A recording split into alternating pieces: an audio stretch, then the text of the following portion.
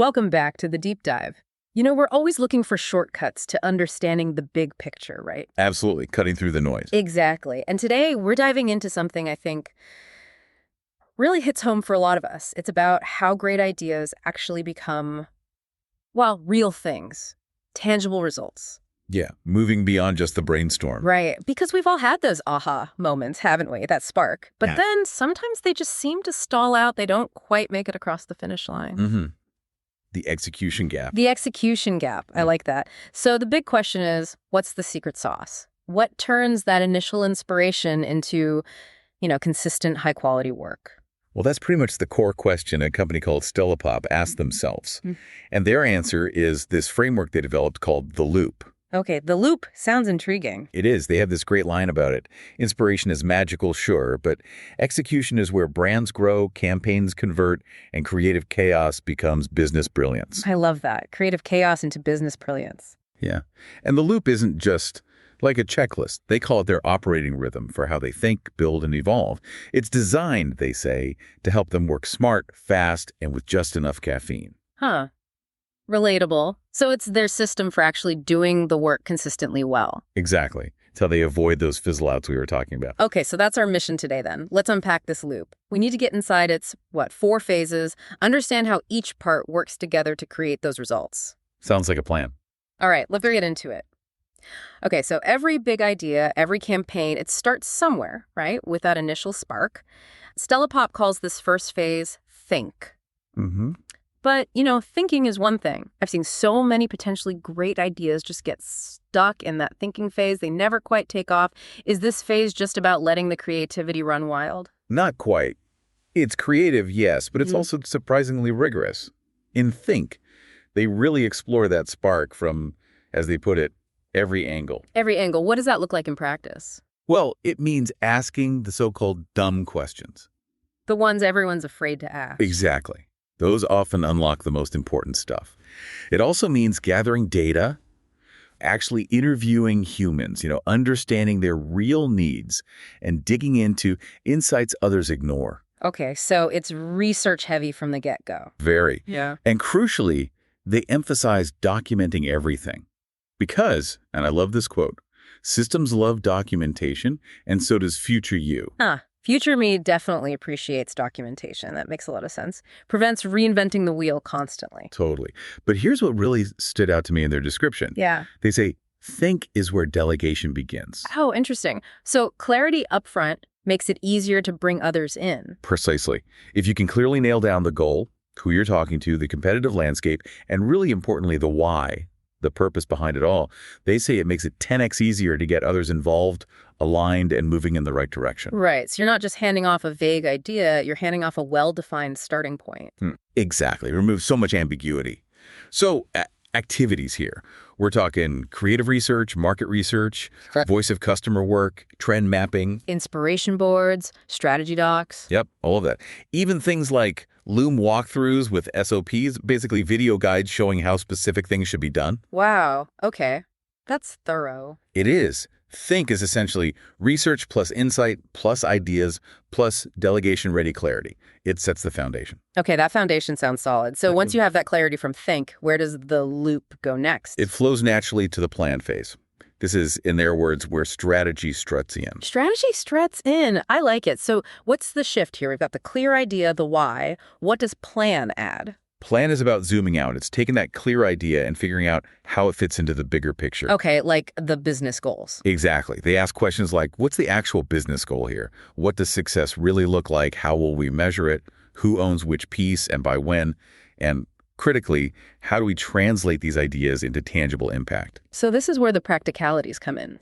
Scope, budget, timelines. Absolutely. Getting real about scope, budget, and timeline.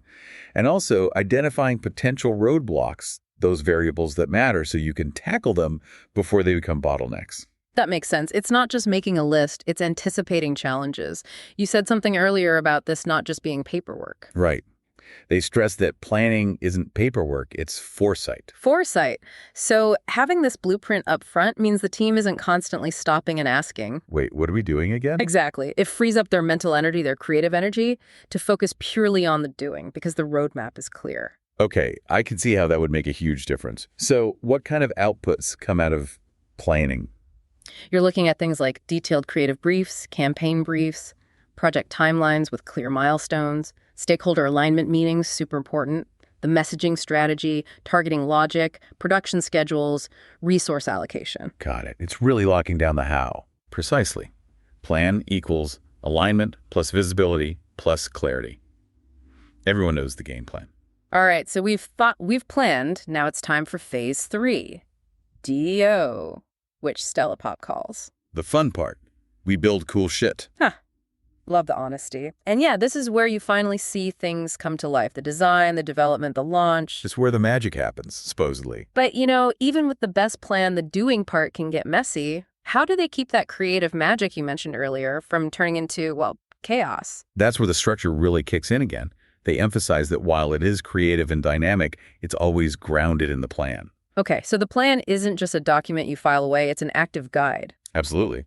They describe implementation as equal parts creative instinct and systemized flow. They even mention using tools like Basecamp quite heavily. It gets a lot of love here, they say, to keep everything organized and flowing smoothly. So systems supporting creativity, not stifling it. That's the idea. The framework provides the guardrails so the creativity can flourish within them. And this is where we see those tangible actions, right? Like the actual design sprints, maybe A/B testing copy. Yep. Design and dev sprints, A/B testing copy and visuals, launching ads, rolling out campaigns, getting client approvals, doing QA checks. Internal reviews, final go-lives, all that critical stuff where things can easily fall through the cracks if you're not careful. Exactly. And those are the points where a solid system makes all the difference. The goal here is simple. Action plus accountability plus awesome work delivered. And doing it consistently without burning everyone out or hitting constant roadblocks. That's the holy grail, isn't it? Shipping high-quality work efficiently and sustainably. Okay, so think, plan, do. That feels like a complete project cycle for many. But there's a fourth phase in the loop, right? Tune. Yes, tune.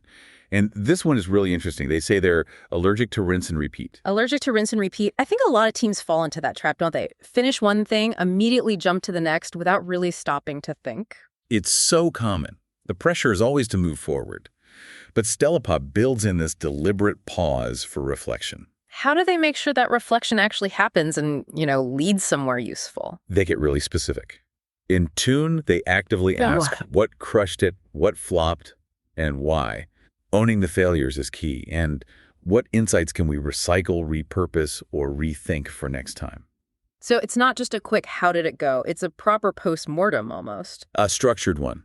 They look at the data, they gather team feedback crucially. They mention running retros that don't suck. We've all been in retros that do suck. Haven't we just? But they focus on making them productive. Yeah. And then, importantly, they turn all that learning into tangible improvements. Yeah. Better strategy, better assets, and better results next time around. Okay, that's the key bit. It's not just looking back, it's feeding that learning forward. You said earlier this turns one-off wins into momentum. Exactly. It's how you get compounding returns on your effort.